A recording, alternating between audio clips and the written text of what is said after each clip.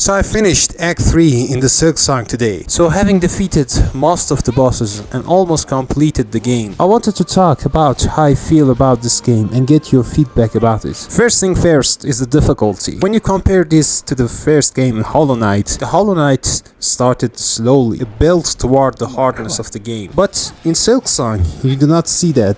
The bosses are hard, the environments are harsh, the platforming, the pogoing, the diagonal pogo, more difficult than the original game. And by the time you defeat Belbeast, Lace, Force Chorus, and get to the moving, you already feel that I have come a long way, but you are not even 10% in the game. And the fact that many people struggled with moving and had to cheese him. And when you get to the Act 3, like there are bosses that you literally have to fight between two platforms and the ground is spikes, or a gauntlet that you have to fight 3 rooms with 40 waves of enemies just to get to the boss fight. But all of this was a challenge and it was fun beating these challenges. There's some things where that wasn't fun, like the runbacks, the bile water runback. I honestly didn't have fun there because it was just going back to the boss with 1 health just for the boss to pop out and the boss fight starts, and it was time consuming.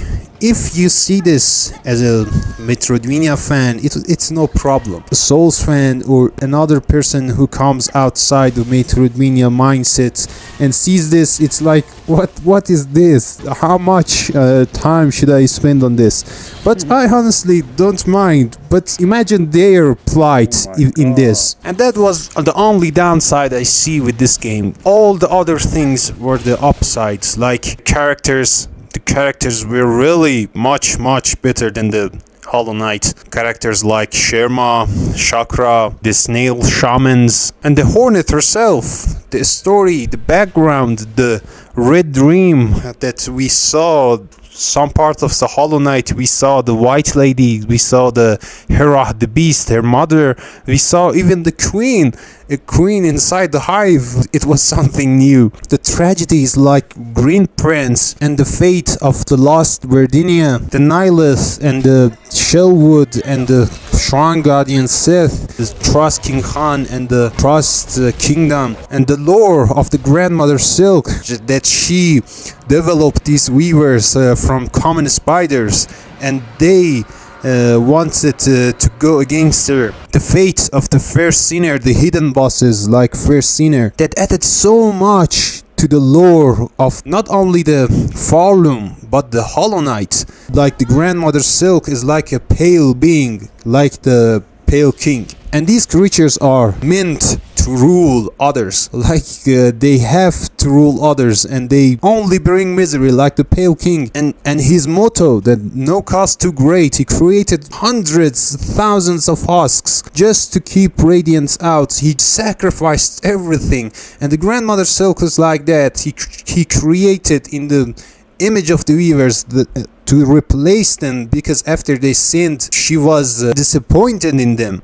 And he created the Lace and the Phantom, and the Phantom being the secret boss is also a very good thing, that you have to go through the mist, play needling for these wisps to guide you to the mist. And all of this, the world building, the character buildings were great.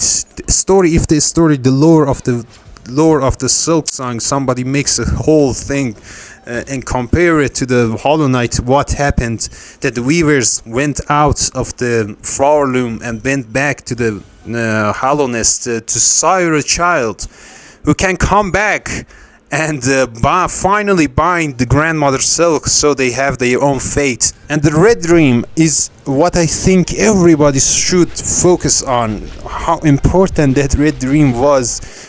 Showing the Hera, the Beast, showing the Hive Queen. All of these are the upsides. And the other upside was that the map was huge. It was 5 times bigger than the Hollow Knight, as the Team Cherry said. But honestly, being huge map, there was a fillers too, like an entire section for 40 rosaries. It existed there. And the platforming sections, the Mount Fae was actually easiest one of them.